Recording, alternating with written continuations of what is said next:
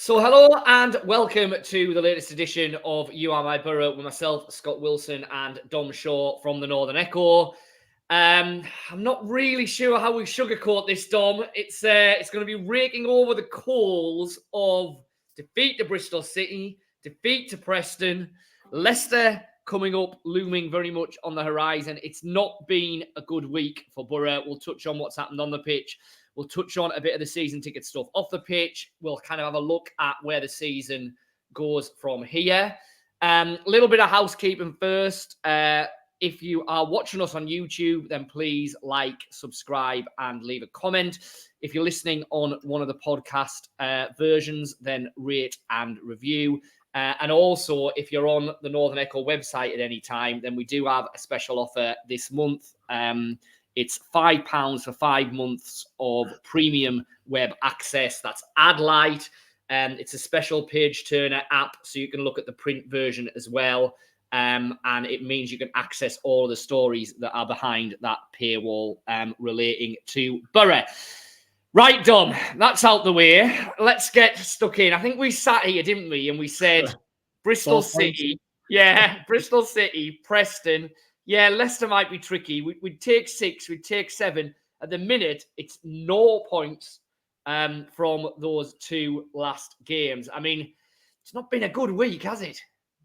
No, I mean, wouldn't it be the most typical Borough to now go and get a result at Leicester on Saturday? But on the evidence of the last couple of games, it's so hard to envisage that happening, isn't it? Preston, I thought last night were if not as poor as they were at the Riverside when Borough won 4-0. They were so desperately average. They had 3 shots, I think it was, scored 2 goals. And Borough are once again left wondering how on earth they not just didn't win the game, but that they leave empty-handed. But then after, as Carrick said after the Sunderland game, we need to find a way to start getting what we think we deserve from games. And they're clearly not doing it. The first goal was so avoidable on many levels.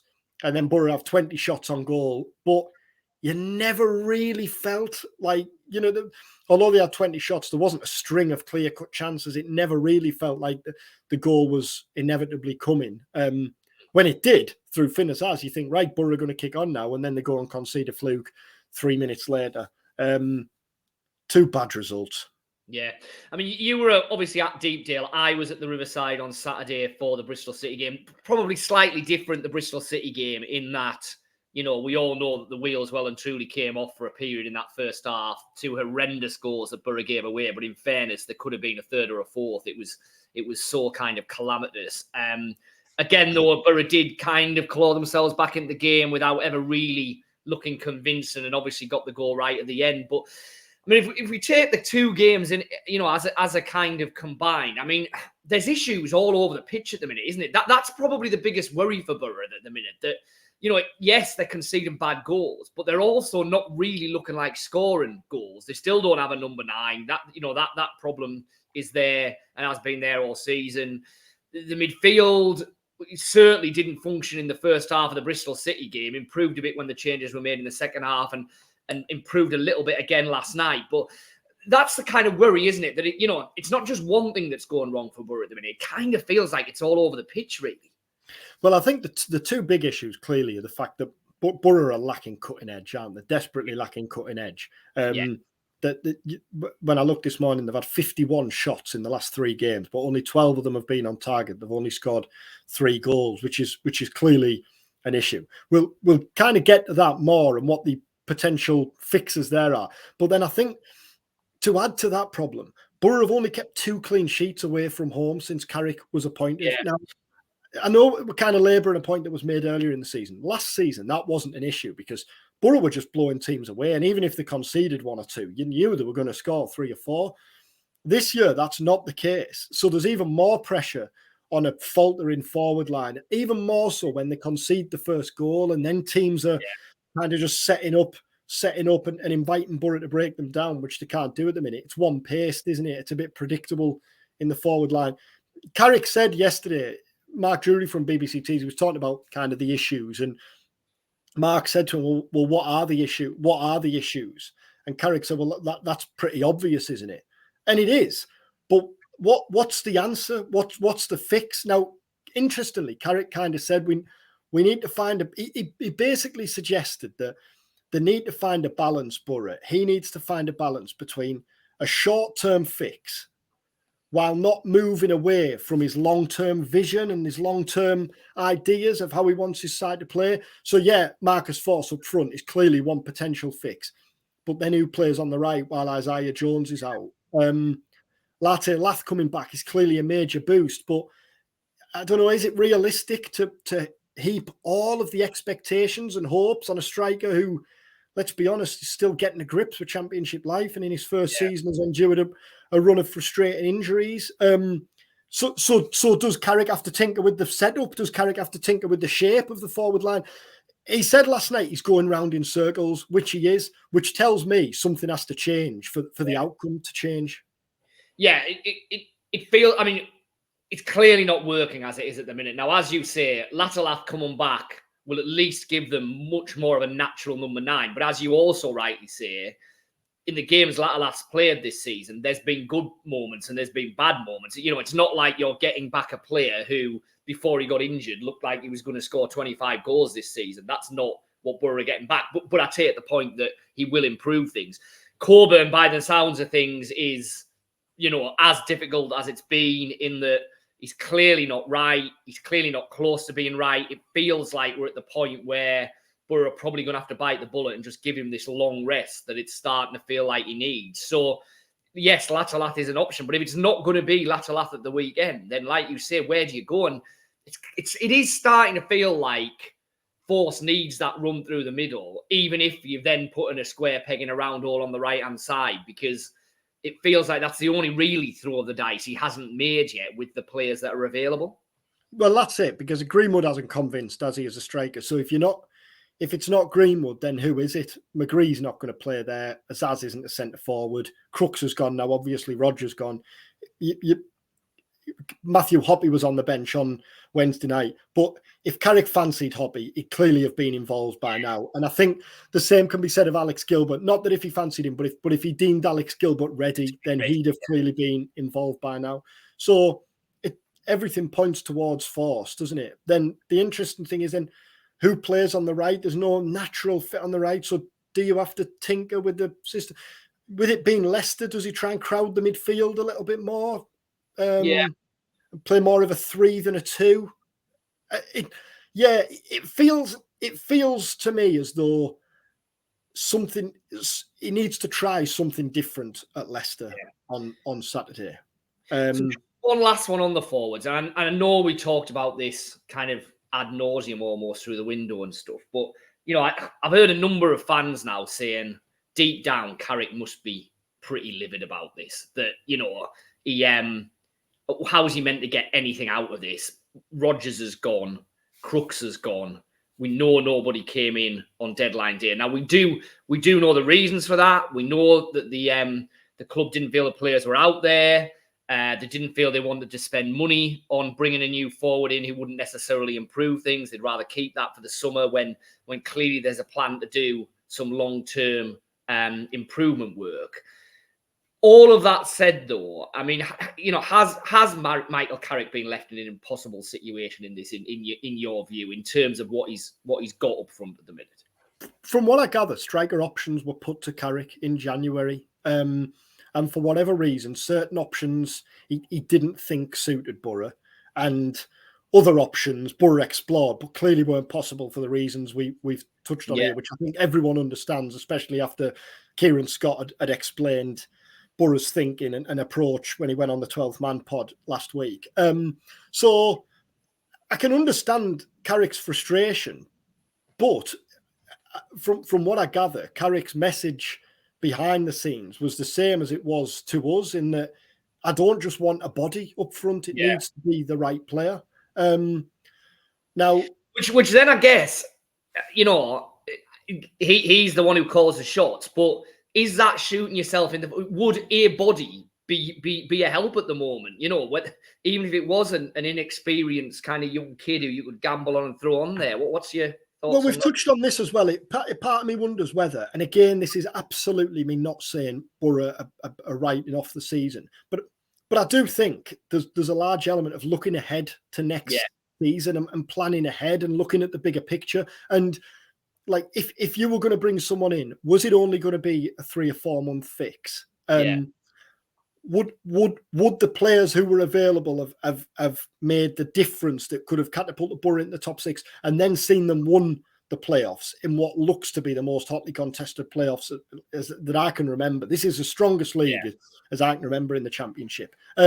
Or do you continue to kind of nurture the squad you've got and looking ahead to next season? And as we've touched on, Boro, the foundations are there for Boro to start next season really strong. The base is there now. You clearly bring a centre forward in the summer.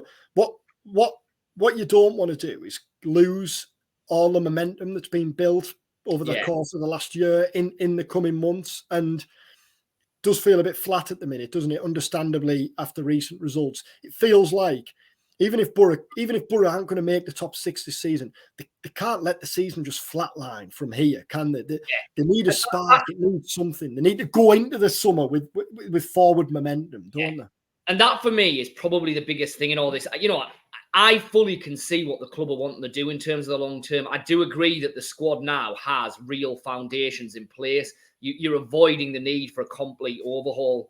Clearly, there's value in that squad. We saw that with the sale of Rodgers. There will be money to spend this summer. Money's come into the club. So, you know, in all of that, I fully understand why they're doing what they're doing.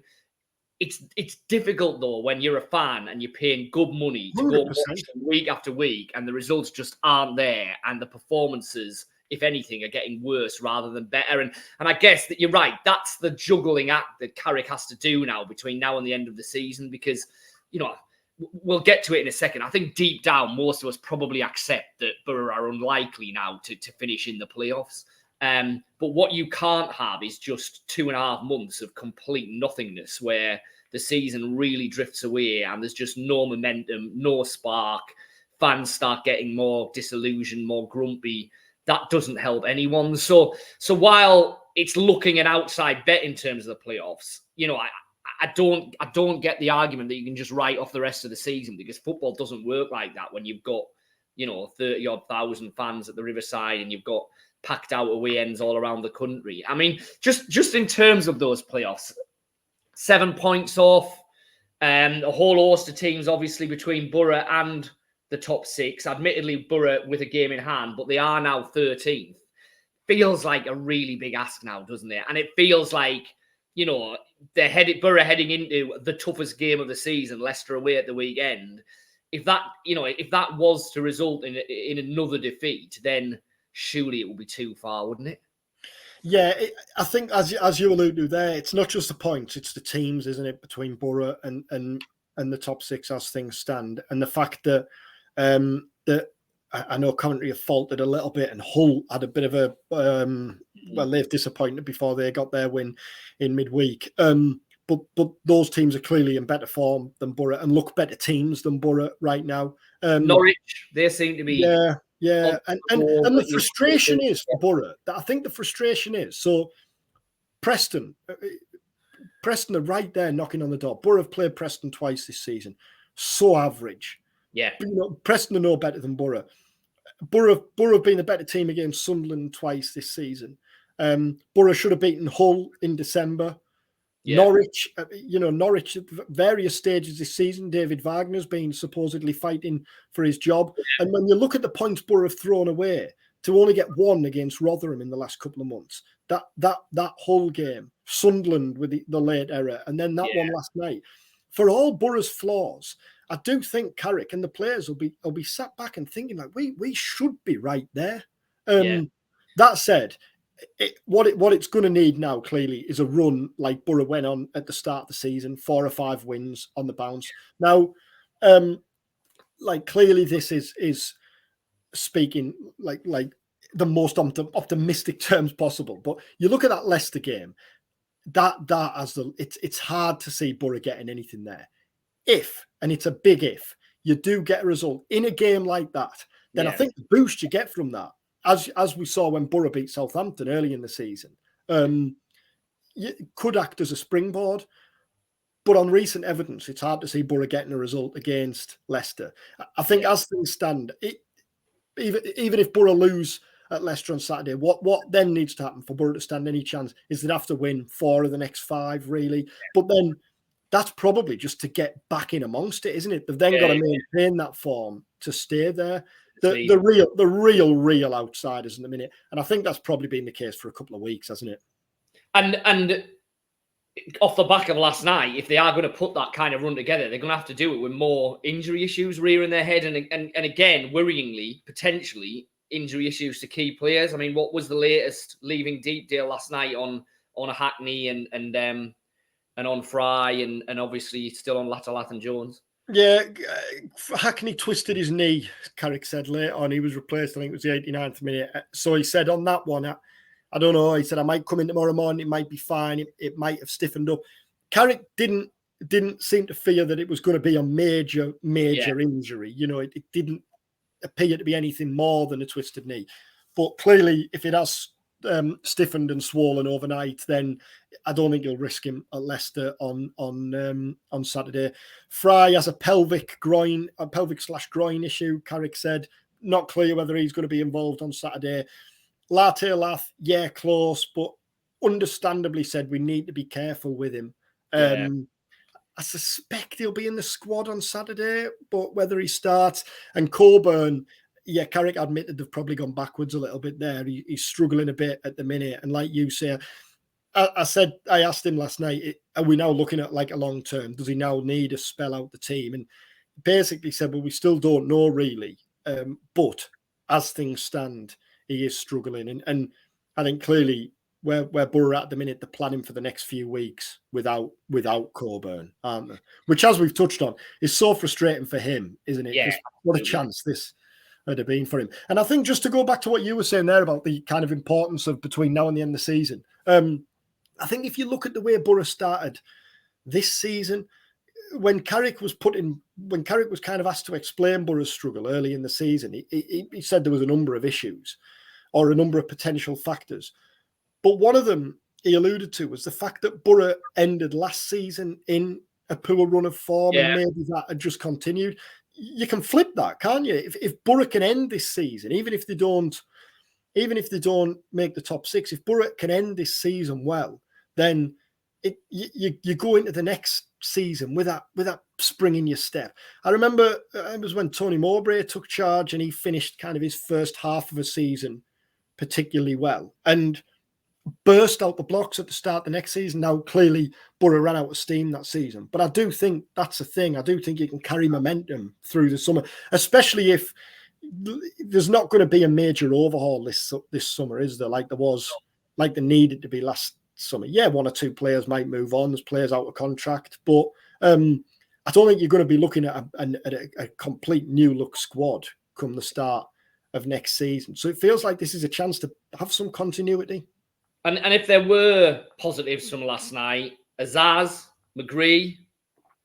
Yeah, McGree looked good. Pulled the strings in the second half.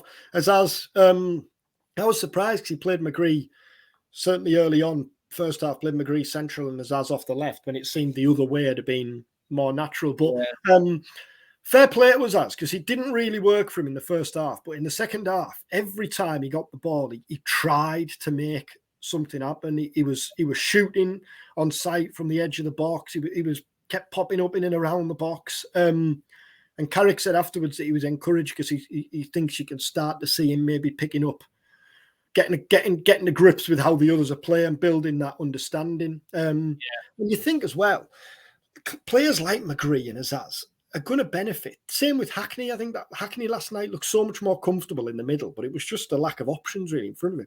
They're going to benefit from having a natural centre forward to play to, aren't they? To feed off.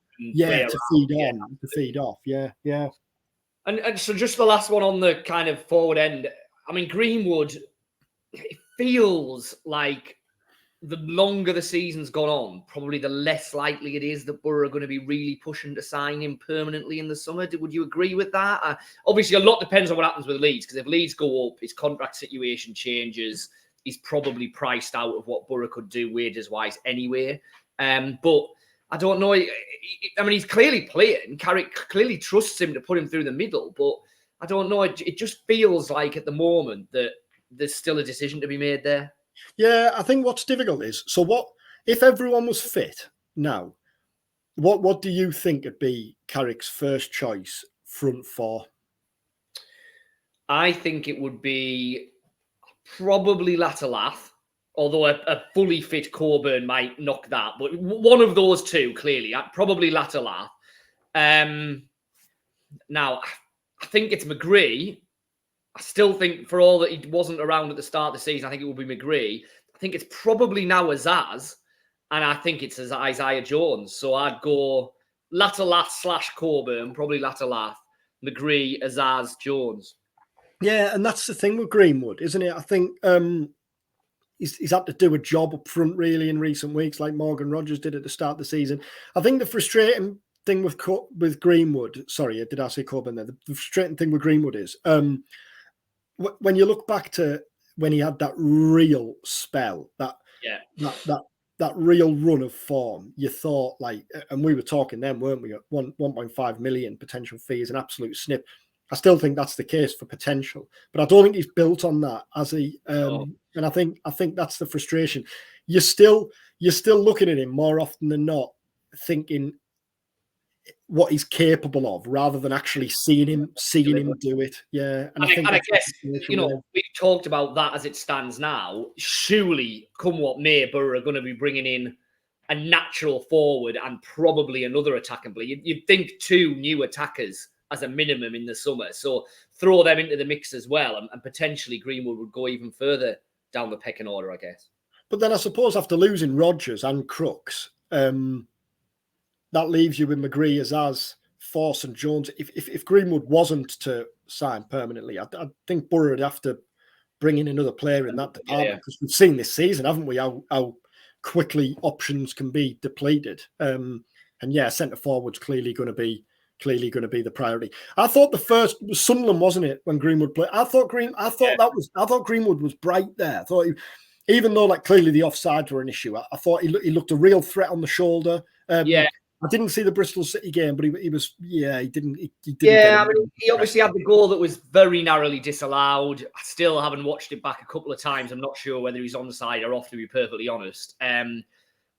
But that was really a bit of an outlier. The rest of the game, he didn't really look like. I thought he looked good until he got in the penalty area, and that's probably been the story for pretty much every Boro player you want to talk about in the attack and third this season. That they've got plenty of players who look good leading the line until they get in the 18-yard box and they've actually got to finish. Yeah, and which has been the story of the last couple of weeks, hasn't it?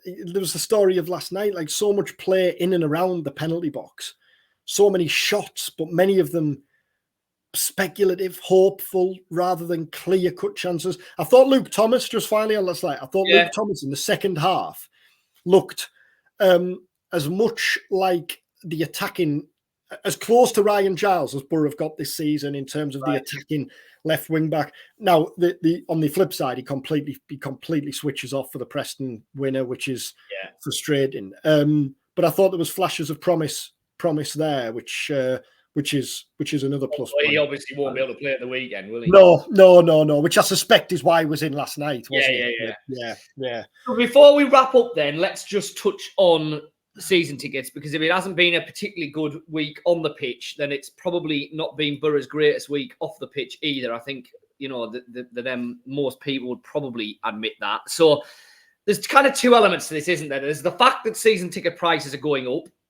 Now, clearly, it's difficult times for an awful lot of people at the moment, especially up here in the northeast. But on the flip side of that, the club will say, well, everything else in the world is going up. The minimum wage is going up. Rents and rates are going up. Electric bills are going up, etc., etc., etc. So simply the cost of putting on a football match is increasing year on year on year.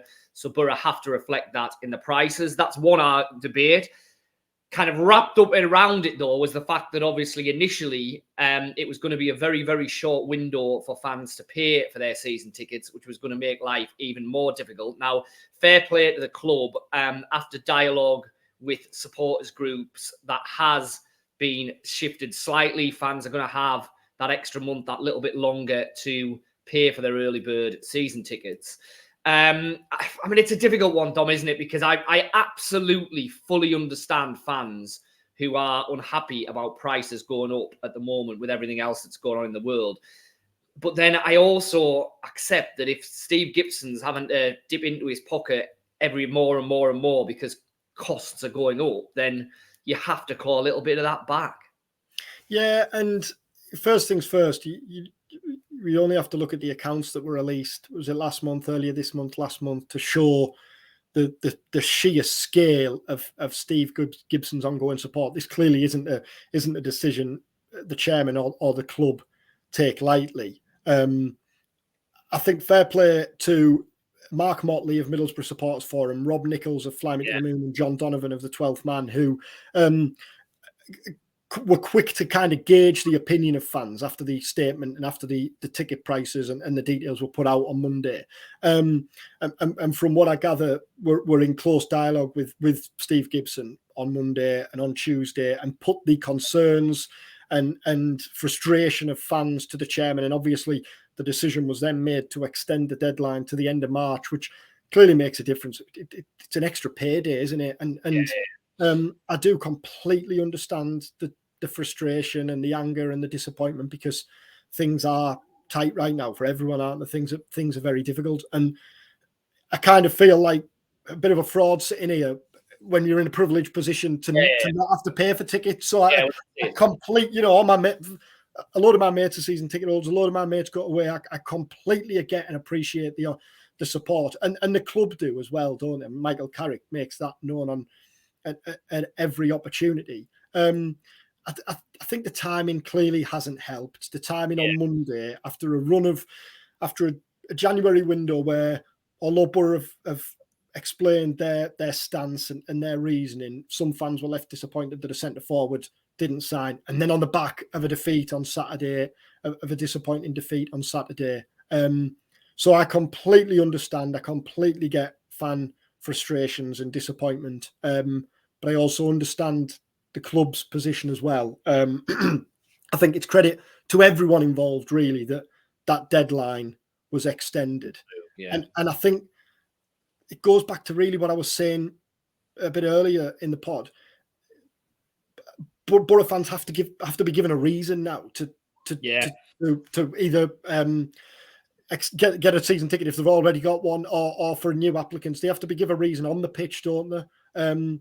And I think that's why it's crucial that results pick up, really, and ambition is clear for next season. I mean, what was made absolutely clear in the accounts that were released last week is that Boro absolutely remain ambitious. The ambition remains unquestioned. Boro's unquestionable desire is to get to the Premier League this season. I do think it's a bit of a one-off when you look at the strength of the Championship, the clubs that have come down. I don't think next season's going to be as strong. It's not going to be as strong, is it? Hopefully, Boro are building, and next season can be another memorable one, like last year was. Well, we won't completely give up on this season. We'll be obviously Leicester at the weekend. We will be back with you at the start of next week, reflecting on Leicester and seeing exactly where that leaves Boro in terms of the rest of the season. We're also obviously galloping on apace to the anniversary of the Carling Cup win. The 20th anniversary of that is in a couple of weeks' time. We've got some really good features that we are working on. A couple of them are in the bag. A couple of them are in the pipeline. They'll obviously be on the Northern Echo digitally and in the print version of the paper. We've also working on a couple of special videos in and around the 20th anniversary of the win in Cardiff. So that's all going to be great. Keep your eyes peeled for that. As I say, support us if you can online and by liking and subscribing and rating, etc., etc. Hopefully things will go well at the King Power, and we will see you next week for another edition of You Are My Boro.